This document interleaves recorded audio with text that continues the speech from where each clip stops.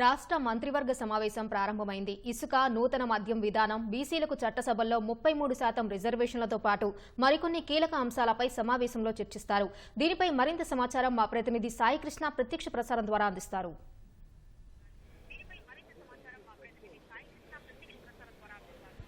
నీలిమ రాష్ట్ర కేబినెట్ ముఖ్యమంత్రి చంద్రబాబు నాయుడు అధ్యక్షతన సుదీర్ఘంగా కొనసాగుతోంది. ఉదయం 11 గంటలకు ప్రారంభమైన కేబినెట్ సమావేశం ఇప్పుడు కూడా కొనసాగుతోంది. వివిధ అంశాలపై చర్చిస్తున్నారు. ప్రధానంగా 100 రోజు పాలనకు సంబంధించి ఎన్డీఏ కూటమి అమలు చేసిన వివిధ పథకాలు, ఇప్పటివరకు ప్రభుత్వం రకరకాల పథకాల ద్వారా ప్రజల్లోకి వెళ్ళిన తీరుతెన్నులపైన కూడా ప్రజలు అమలు చేస్తున్న విధానాన్ని కూడా ప్రధానంగా చర్చించారు. ఈ మధ్యకాలంలో ప్రభుత్వం ఎదుర్కొన్న అతిపెద్ద విపత్తు వరదలు. రాష్ట్ర వ్యాప్తంగా శ్రీకాకుళం జిల్లా నుంచి గుంటూరు జిల్లా వరకు వివిధ జిల్లాల్లో భీకర వరదలు, నదులు ఉప్పొంగటం, వాగులు వంకలు పొంగిపోయిన పరిస్థితుల్లో ప్రజలకు ప్రభుత్వం అందించిన సాయం, అట్లాగే ప్రధానంగా విజయవాడ నగరంలో బుడమేరు ముంచెత్తిన తీరుతో ప్రభుత్వం అమలు చేసిన సహాయ చర్యలు, కార్యక్రమాలు, తాజాగా ప్రకటించిన ప్యాకేజీ వరద బాధితులకు, ఇవన్నీ కూడా సరైన విధానంలో ప్రజలకు అత్యంత వేగంగా అమలు చేసే తీరుతెన్నులపైన కూడా చర్చించారు. అట్లాగే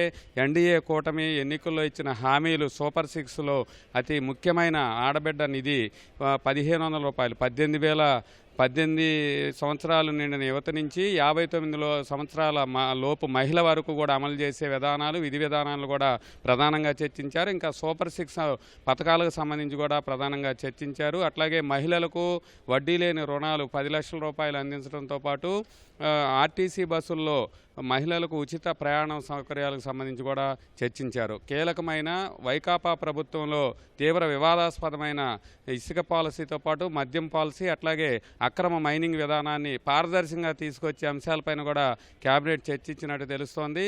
ఈ ఇసుక విధానం ప్రజలు చాలా ఇబ్బందులు ఎదుర్కొన్నారు. ఉపాధి అవకాశాలు కోల్పోయిన గత 5 ఏళ్లలో నిత్యం ప్రజల్లో సమస్యలు సతమతమైన పరిస్థితుల్లో ప్రజలకు చౌకగా, పారదర్శకంగా, వేగంగా ఇసుకను అందించాలన్న అంశంపైన కూడా ముఖ్యమంత్రి ఇప్పటికే ప్రకటన చేశారు. దీనికి సంబంధించి ఒక స్పష్టమైన ప్రకటన కేబినెట్లో ఒక నిర్ణయం తీసుకున్న అవకాశం ఉందని కూడా తెలుస్తుంది.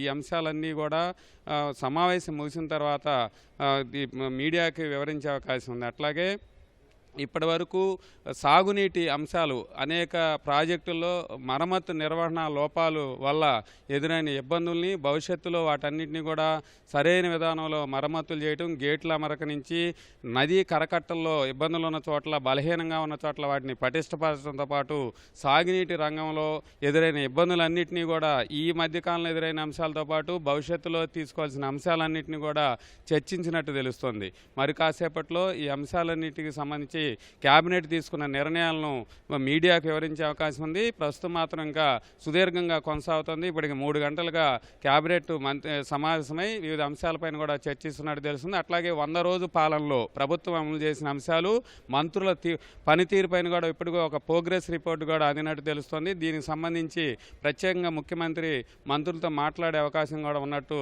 సమాచారం ఉంది. ఆ తర్వాత భవిష్యత్తులో ప్రజలకు పెత్తందారీ వ్యవస్థ కాకుండా సేవ ద్వారా ప్రజలకు పారదర్శకంగా పరిపాలన అందిస్తామనేది ఇప్పటికే ముఖ్యమంత్రి పదే ప్రకటించిన అంశంలో ప్రజలకు మరింత పారదర్శకంగా మెరుగైన సేవలు అందించే అంశాలపైన కూడా కేబినెట్లో ఒక నిర్ణయం తీసుకునే అవకాశం ఉంది. మద్యం పాలసీతో పాటు ఇసుక పాలసీ, అట్లాగే అక్రమ మైనింగ్ విధానాన్ని తొలగించి ప్రజలకు మేలైన సేవలు అందించే అంశాలపైన కూడా కేబినెట్లో చర్చించినట్టు సమాచారం ఉంది. ఈ అంశాలన్నిటికీ సంబంధించి మరి కాసేపట్లో మంత్రిమండలి తీసుకున్న నిర్ణయాలను మీడియాకు వివరించే అవకాశం ఉంది. కెమెరామెన్ భాస్కర్తో సాయికృష్ణ, ఈటీవీ న్యూస్.